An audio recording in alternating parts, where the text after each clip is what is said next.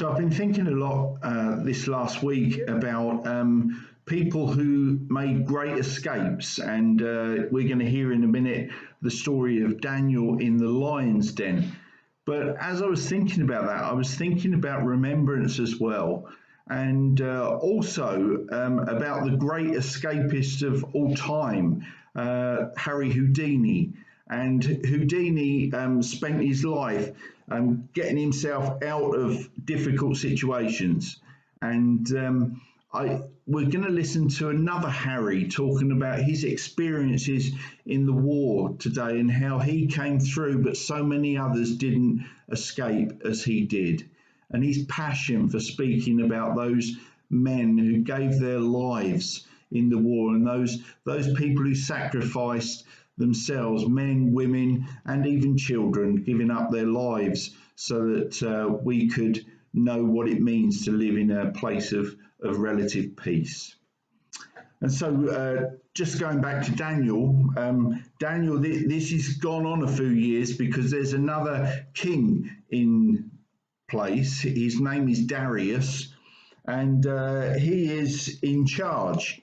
And he has looked favourably upon Daniel, and he's put him into a very prominent position in his empire.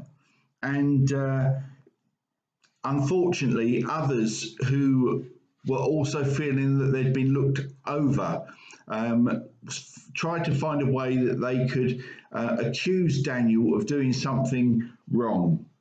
And they were simply jealous.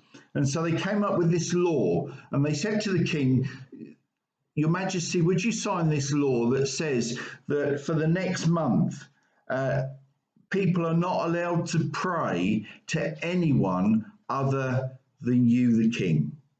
And we're going to pick up the story of Daniel right now. So this is from Daniel chapter 6, beginning at verse 10. But when Daniel learned that the law had been signed, he went home and knelt down as usual in his upstairs room with its windows open towards Jerusalem. He prayed 3 times a day, just as he had always done, giving thanks to his God. Then the officials went together to Daniel's house and found him praying and asking for God's help.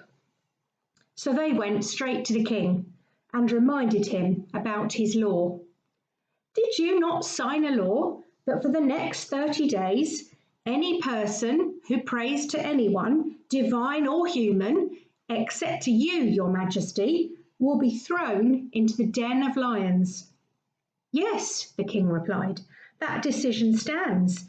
It is an official law of the Medes and Persians that cannot be revoked."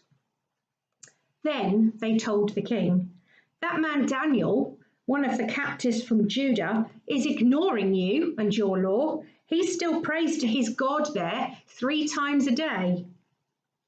Hearing this, the king was deeply troubled, and he tried to think of a way to save Daniel.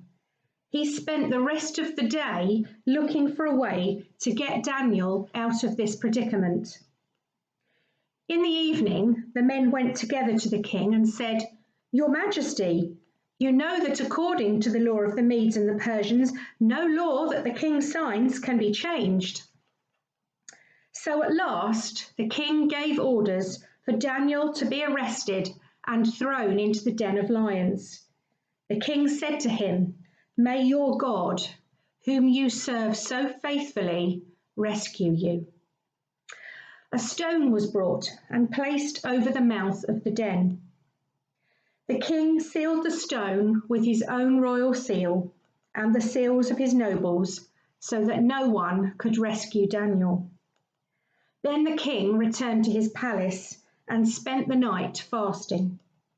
He refused his usual entertainment and couldn't sleep at all that night.